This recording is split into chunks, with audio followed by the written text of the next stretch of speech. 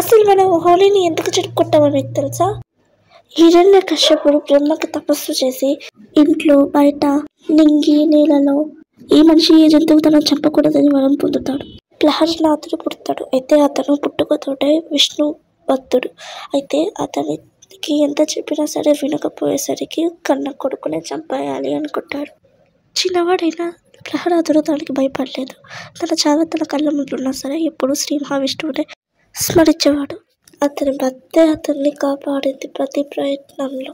హిరణ్యకశ్యపుడి చెల్లెలు హోళిక. తనకి ఒక వారం ఉంది. ఏంటంటే తన అగ్నిలో ఉన్నా సరే తనకేమీ కాదు కాబట్టి ప్రహ్లాదుని తన ఒడిలో కూర్చోబెట్టుకుని తన చితి మీద కూర్చుంటుంది.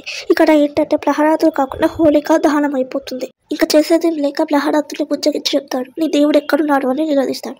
నా దేవుడు నీలో ఉన్నాడు, నాలో ఉన్నాడు, ఇక్కడ మొత్తం ఉన్నాడు అని చెప్తాడు ప్రహ్లాదుడు. ఎక్కడున్నాడు అని అక్కడ పక్కనే ఉన్న స్తంభాన్ని బద్దలు కొడతాడు హిరణ్యకశ్యపుడు. వెంటనే ఆ స్తంభంలో ఉంచి నరసింహస్వామి బయటికి వచ్చి ఆకాశంలో కాదు, నేల మీద కాదు, మనిషి కాదు, జంతువు కాదు, ఇంట్లో కాదు, బయట కాదు, గుమ్మం మధ్యలో కూర్చొని హిరణ్యకశ్యపుడిని తన ఒడిలో పడుకోబెట్టుకొని తన గోవులతోటి పుట్టను చీల్చి చంపేస్తాడు.